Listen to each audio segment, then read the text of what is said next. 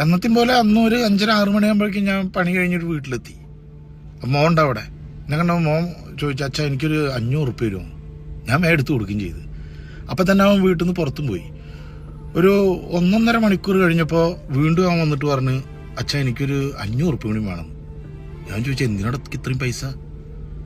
ഒരു അത്യാവശ്യ കാര്യം ഉണ്ട് അച്ഛാ, ഞാൻ അനാവശ്യമായിട്ടൊരു ഉറുപ്പിക ചിലവാക്കില്ല എന്ന് അച്ഛനെ അറിയില്ലേന്ന്. ശരിയാണ്, അങ്ങനെ അനാവശ്യമായിട്ടൊരു ഉറുപ്പിക ചിലവാക്കാത്ത കുട്ടിയാ.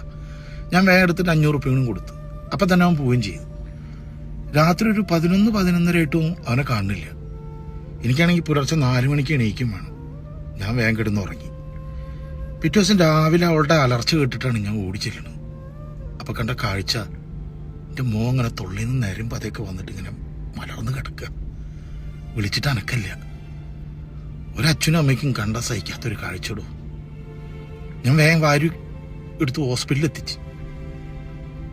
ഡോക്ടർ പറഞ്ഞ് സ്കാൻ ചെയ്യണം. സ്കാൻ ചെയ്ത റിപ്പോർട്ട് കണ്ട ഡോക്ടർ പറയാണ്, അവൻ മാരകമായിട്ടുള്ള എന്തോ മയക്കുമരുന്ന് ഉപയോഗിച്ചിട്ടുണ്ട്.